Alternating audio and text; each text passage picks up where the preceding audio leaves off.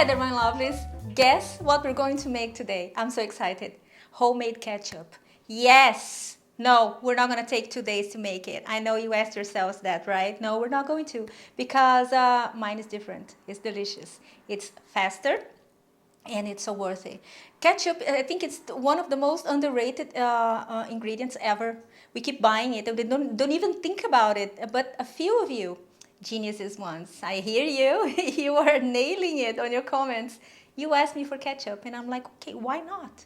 So it's time. We're gonna make homemade ketchup and it's easier than you thought. It's easier than you thought and it's way funner than you thought. So let's start. We're going to start by making a caramel, because the heart and soul of the ketchup, it's the combination between acid and sugar, and this is the way we're going to get that special sugary taste. We're going to make a caramel, but use a little brownish sugar because we don't want only the sweetness, we want the taste. And the browner the sugar, the tastier it gets, okay? So my preference is demerara, so you can choose yours. But bear in mind that the darker the sugar, the darker your ketchup is going to turn out. But I think it's delicious. Also with, what's the name of that one? That super brown one. Muscovado sugar. That's the word that I was looking for. You add the sugar to a pot in low heat. Keep an eye on it because caramel, it has a tendency to burn when you're not looking. So be careful. And when it's this color here, light, very light golden, we add chopped onions.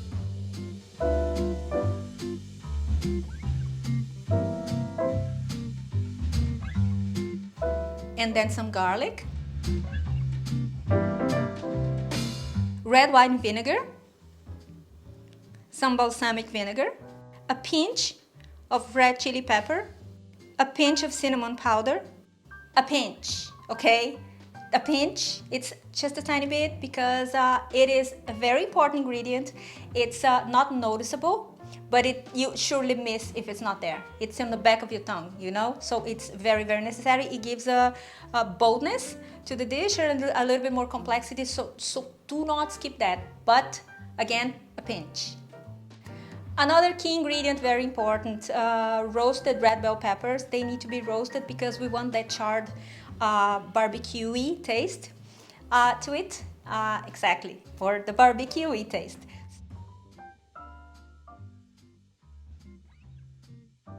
Right, so now let's talk about tomatoes. Can you use regular tomatoes? No. No, you can't.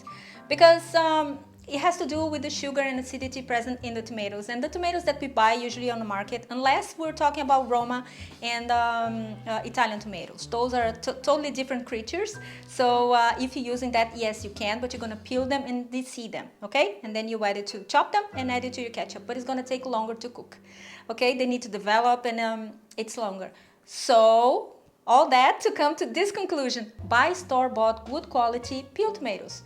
If you have those as San Marzano, Italian ones, better, because you're just gonna use that and you don't need to do anything. Just put it in your pot and job done, okay? Fatta la frittata, as the Italians say. It's all done. Now, to that, we're going to add some salt. Go easy on the salt, you can always adjust it later.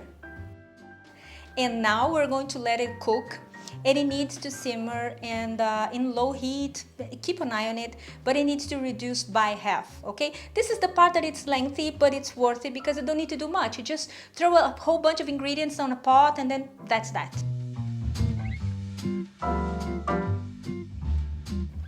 All right, so now it's all ready, right? Wrong. Now we need to blend it. You just take a stick blender and blend it. If you have a Vitamix, better, then you don't even need to do the next step, which is to sift it, because we want it velvety and silky and beautiful and shiny and glossy.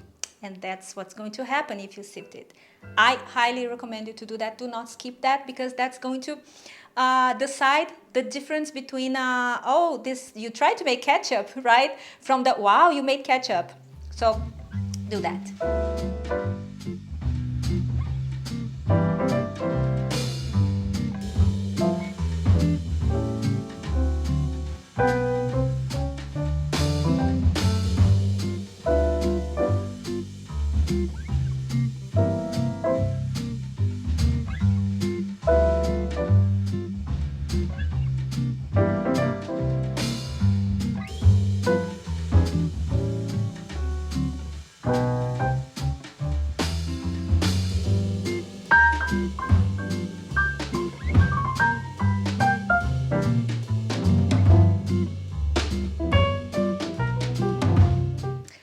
present you my ketchup. And no, really, it is so good.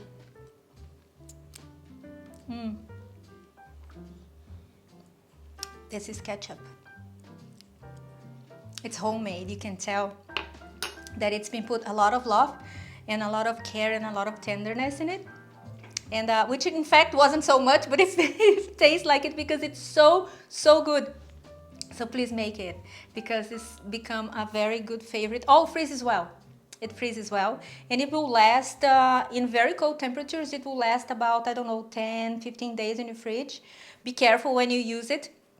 Don't double dip. Don't do these kind of things that we used to do with those store-bought products, because they have a lot of preservatives and chemicals in it to prevent from going bad in the freeze. This one here is pure and beautiful, and you don't want to mess with it. So I suggest you to make a large amounts and then freeze them, and then keep taking from the freezer as you need it. And then you don't need to buy ketchup anymore. I know it's cheap, but it's fun to make, so don't blame me. I love it. And if you do make it, let me know in the comments below. Have you ever made it before? This was, I have made it in a cooking school, but for myself here is like the first time, and I loved it. Get the kids involved. They're gonna love it, and they're gonna develop the taste for their own homemade food. I think that this is really important for their development. So I see you next time. Don't forget to subscribe to this channel, give me a thumbs up, and subscribe to my website, because there you're gonna get a free ebook, which is a good thing, with a very nice weeknight recipes that can be put together in no time. And I see you next time. Again, I said that 3 times. Take care of each other. Bye-bye.